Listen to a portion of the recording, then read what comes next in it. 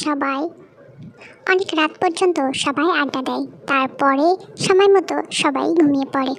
সকালে জাঙ্কুক ঘুম ঘুম চোখে সিঁড়ি দিয়ে নামে নিচে নেমে দেখতে পায় তেরা অলরেডি রেডি হয়ে লাগেজ নিয়ে দাঁড়িয়ে আছে। তার মানে তারা চলে যাচ্ছে। জাঙ্কুক আধো আধো চোখে তেদের দিকে তাকায়। তেকে একবার অপলক দৃষ্টিতে দেখে নেয়। তারা চলে যাচ্ছে। সবাইকে বাই বলে তারা হাঁটা আরম্ভ করে। চলে যায় চোখের সামনে দিয়ে। জাঙ্কুক শেষবারের মতো দেখে দেখে। তারপরে পার হয়ে যায় দেখতে দেখতে 2টি বছর। না কোনো যোগাযোগ, না কোনো দেখা। এভাবেই চলছে 2 কপতির জীবনে। তে জাঙ্কুকের কথা রেখেছে। সে কোনো ছেলের সঙ্গেই ফ্রেন্ডশিপ করেনি। প্রপোজ তো দূরের কথা। ইদানিং জিমিন এবং সুগার ব্যাপারটা বাড়িতে জানাজানি হয়েছে। সুগা তার বাড়ির লোকজন নিয়ে এসে ঘুরে গেছে এবং পাকা কথাও বলে গেছে। আর মাত্র 2 দিন পরেই জিমিনের এঙ্গেজমেন্ট সুগার সঙ্গে। সেইভাবেই অনুষ্ঠান হবে বাড়িতে। সবাইকে নিমন্ত্রণ করা হয়েছে। আগামী কালই জাঙ্কুকরা আসবে। যথাদিন জাঙ্কুকরা চলেও এসেছে। সবাইকে গাড়ি থেকে নামতে দেখলেও জাঙ্কুককে দেখা গেল না। সে পার্কিং লটে গাড়ি রেখে চলে আসে ঘরে। ড্রয়িং রুমে বসে আছে। তার চোখ খুঁজে বেড়াচ্ছে তার কিশোরীকে, কিন্তু তার কিশোরী কোথাও নেই। জাঙ্কুক একটু অস্থির হচ্ছে। 2 বছর হয়ে গেল সে তার কিশোরীকে দেখেনি। কয়েক ঘন্টা পরে সেখানে চলে আসে তে। সে ঘেমে একদম একাকার, মুখটা লাল হয়ে গেছে। তে রুমে ঢুকে তার ছোট ফুপিদের দেখে খুশি হয় এবং দৌড়ে জিনির কাছে যায়। ফি, কেমন আছো? কখন আসলে বলো? আমি ভালো আছি রে মা, তুই কেমন আছিস? আর তাছাড়া তোর এই অবস্থা কেন? আরে ফুপি, আমি এবারে ছোট মেয়ে, কত দায়িত্ব আমার, তুমি কিচ্ছু বোঝো না, এখনো বড় হওনি, তুমি আমার ছোট ফুপি, এই জন্যেই। হ্যাঁ রে মা, ঠিক বলেছিস, আমি এই জন্যই তোর ছোট ফুপি। হ্যাঁ হ্যাঁ, তোমার ফুপি এখনো বড় হয়নি, একটু আমাকেও দেখো। আরে জামাই বাবু, কেমন আছো? ভালো আছি, তুমি কেমন আছো? আমি বিন্দাস।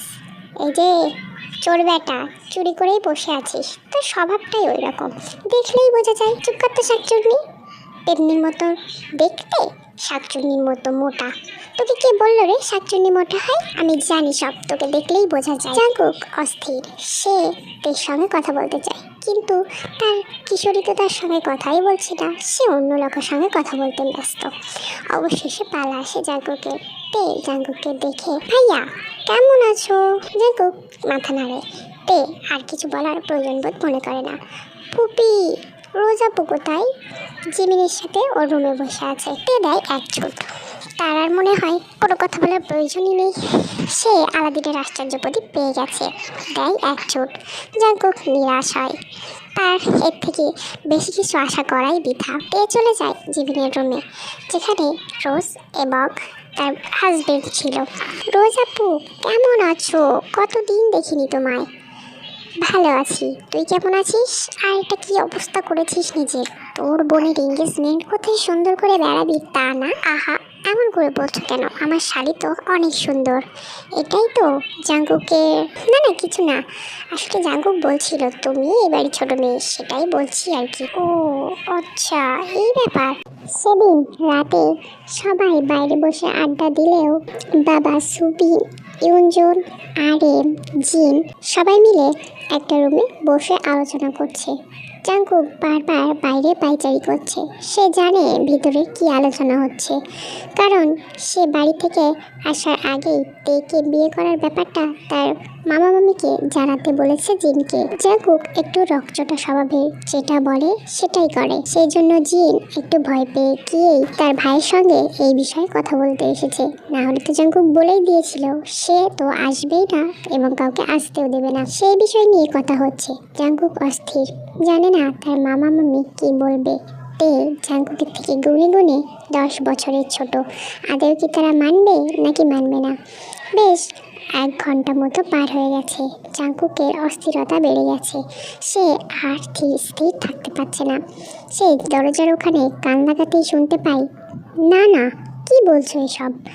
আমার মেয়ে এখনো অনেক ছোট, এটা বলতে পারো কি করে? তে এখনো অনেক ছোট, ওকে এক্ষুনি এভাবে, এটা সম্ভব না। জাঙ্কুক আর কিছু শুনতে পারে না, সে চলে যায় তার রুমে। পরের দিন সকালে অনুষ্ঠান শুরু হয়। সুগারা চলে এসেছে, বড় অ্যাপার্টমেন্ট ভাড়া করা হয়েছে এঙ্গেজমেন্টের জন্য। সবাই সেখানে চলে যায়। জাঙ্কুক সেখানে গিয়ে তেকে খুঁজে পায়। একটা পিঙ্ক কালারের শাড়ি পরেছে তে, তার সঙ্গে ম্যাচিং জুয়েলারি এবং হাতে একটি ব্যাগ। মারাত্মক সুন্দর লাগছে দেখতে তেকে। জাঙ্কুক তো বিভোর হয়ে তেকে দেখেছে। যথাসময় এঙ্গেজমেন্ট শুরু হয়। সুগা জিমিনকে এবং জিমিন সুগাকে আংটি পরিয়ে দেয়। আংটি পরানো শেষ, তের হাতটা কেউ খপ করে ধরেছে। তে তাকাতেই দেখতে পায় তার জাঙ্কুক ভাই, কিন্তু সে তার দৃষ্টি স্থির রাখতে পারে না। তাকে হুড়হিড় করে টেনে নিয়ে চলে যাচ্ছে তার জাঙ্কুক ভাইয়া। তে তো এক প্রকার শাড়ি ধরে দৌড়াচ্ছে। আরে ভাইয়া, কি করছো? কোথায় নিয়ে যাচ্ছ আমাকে? জাঙ্কুক কথা বলে না, বরং তাকে এনে গাড়িতে বসায় এবং নিজেও গাড়িতে উঠে পড়ে। স্টার্ট দেয় গাড়ি, চলে যায় কাজী অফিসের সামনে। Time skip. একটা রূপে বসে আছে জাঙ্কুক, যার হাতে ব্যান্ডেজ করা এবং এখনো রক্তের দাগ। পাশে বসে আছে তে, তার গালে 5টা আঙুলের দাগ স্পষ্ট। সেখানে বসে আছে সুবিন, ইউনজুন, RM, জিন। কিন্তু রেগে তার মুখ লাল করে ফেলেছে। সাথে আছে জিহোক এবং তার বোন রোজ এবং বোন জামাই কাই। রুমে সুগা এবং জিমিন ও উপস্থিত। রুমের দরজা বন্ধ, আত্মীয় স্বজন বাইরে রমরম করছে, কিন্তু তাদেরকে রুমে আসতেই হলো। কি ব্যাপার জাঙ্কুক, এটা কি ধরনের ব্যবহার? তোমার হাত কাটলো কি করে? তে, তোমার গালের দাগটা কিসে? তে কান্না শুরু করে দিয়েছে অনেকক্ষণ আগে থেকে। চোখ মুখ লাল করে ফেলেছে সে, চোখ তো ফুলে গেছে। সে বোধহয় আর কাঁদতে পারছে না। তে চলে যায় কাজী অফিসে। জাঙ্কুক কাজী অফিসের সামনে গাড়িটা রাখে। তেকে সেখান থেকে নামিয়ে কাজী অফিসে নিয়ে যায়। তে তো পুরোই অবাক। কি ব্যাপার, জাঙ্কুক ভাই তাকে কাজী অফিসে কেন নিয়ে আসলো? শোন, এখানে বস। কাজী সাহেব, বিবাহ করার ব্যবস্থা করুন। কাজী বিয়ে পড়ানোর ব্যবস্থা করে। সামাজিক বিয়ে করবে তারা। মুসলিম মতে 3বার কবুল বলাই ধর্মীয় বিয়ে। সেটাই করতে চাইছে জাঙ্কুক, কারণ তের বয়স কম। এখন আইনত সে তার স্ত্রী হতে পারবে না, তাই সামাজিক বিয়েটাই বেছে নিয়েছে জাঙ্কুক। তে কবুল বলতে চায় না। জাঙ্কুক প্রচণ্ড রেগে যায়। তেকে কবুল বলতে বলে, অনেকবার রিকোয়েস্ট করে, কিন্তু তে তো কান্না করছে। সে ছোট হতে পারে, কিন্তু বিয়ে সম্পর্কে তার আইডিয়া আছে, আর সে তার জাঙ্কুক ভাইয়াকে বিয়ে ভাবতেও পারছে না। জাঙ্কুক রাগে তেকে একটা জোরে থাপ্পড় মেরে দেয়। তে কান্না করছে, তবুও কবুল বলতে চাইছে না। এজন্যই থাপ্পড়টা মেরেছে জাঙ্কুক।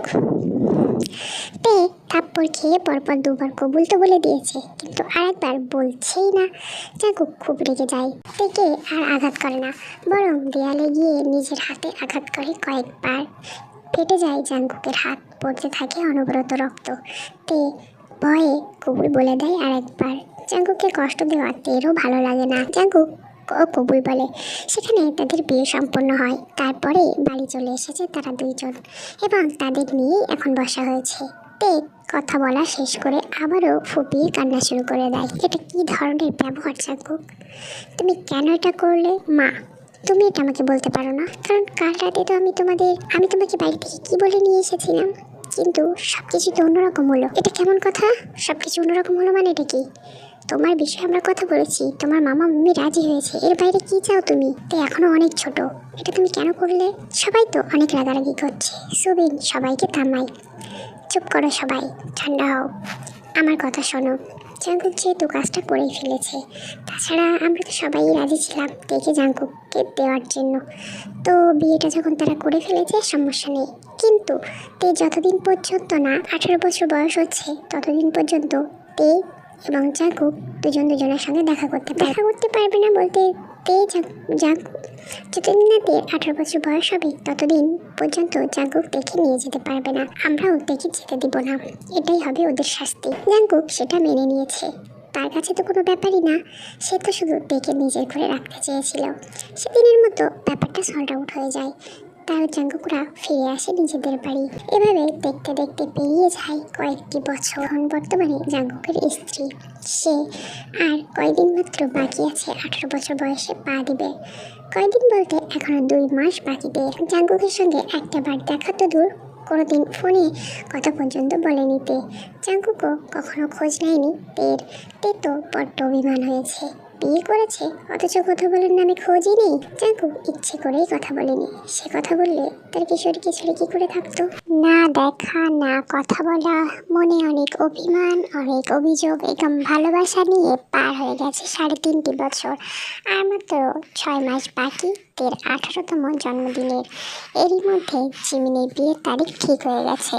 অনুষ্ঠান করে নিয়ে যাওয়া হবে জিমিনকে এবং রেজিস্ট্রি হবে সেই দিন। আবারও নতুন করে সামাজিক বিয়ে হবে জিমিন এবং সুগার। আর মাত্র বিয়ের কয়েকদিন বাকি। সব দিকে ব্যস্ত তের পরিবার। জাঙ্কুক সেই যে থেকে রেখে চলে গেছিল, একদম চলে গেছিল বিদেশে। বিদেশ থেকে সে গতকালই ফিরেছে।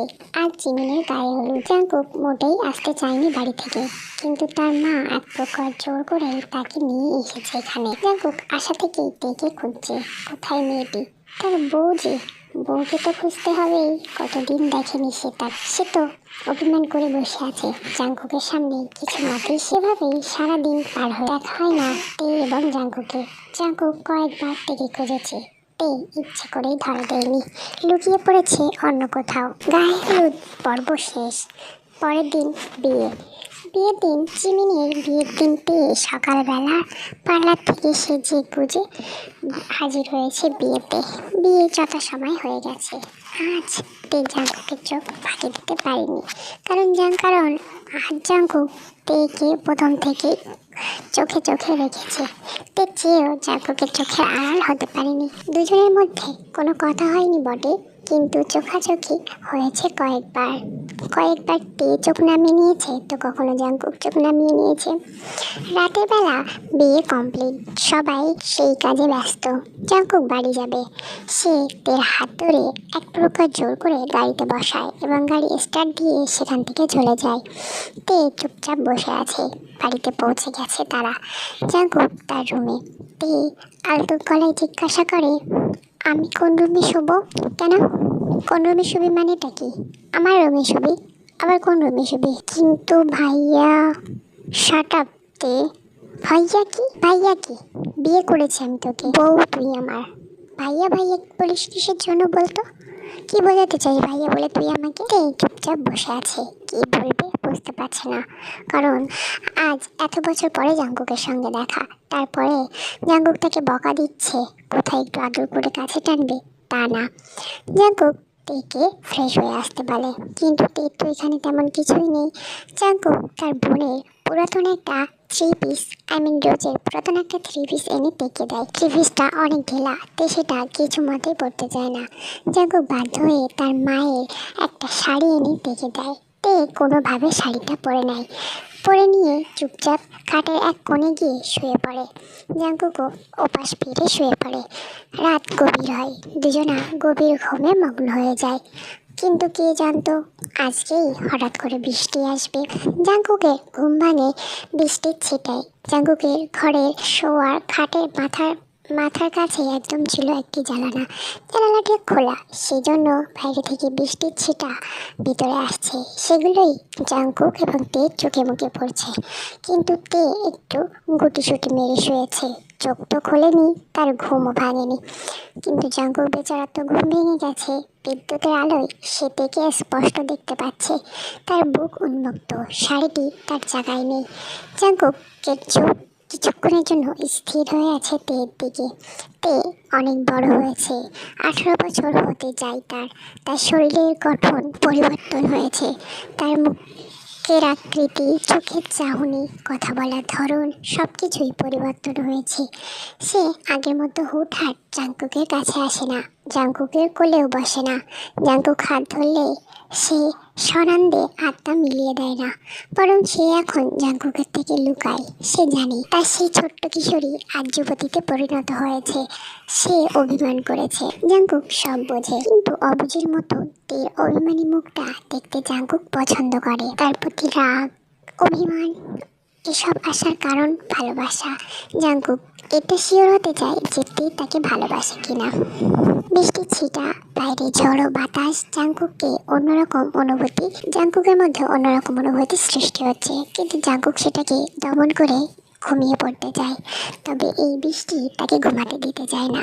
মেঘের গর্জন, সাথে বিদ্যুতের আলো, সবকিছুই কেমন যেন জাঙ্কুককে মাতাল করে ফেলছে। সে তেকে কাছে টেনে নেয়। ঘুমন্ত তের মুখে অসংখ্য চুমু খায়। তার ঠোঁটেও চুমু এঁকে দেয় দু একবার।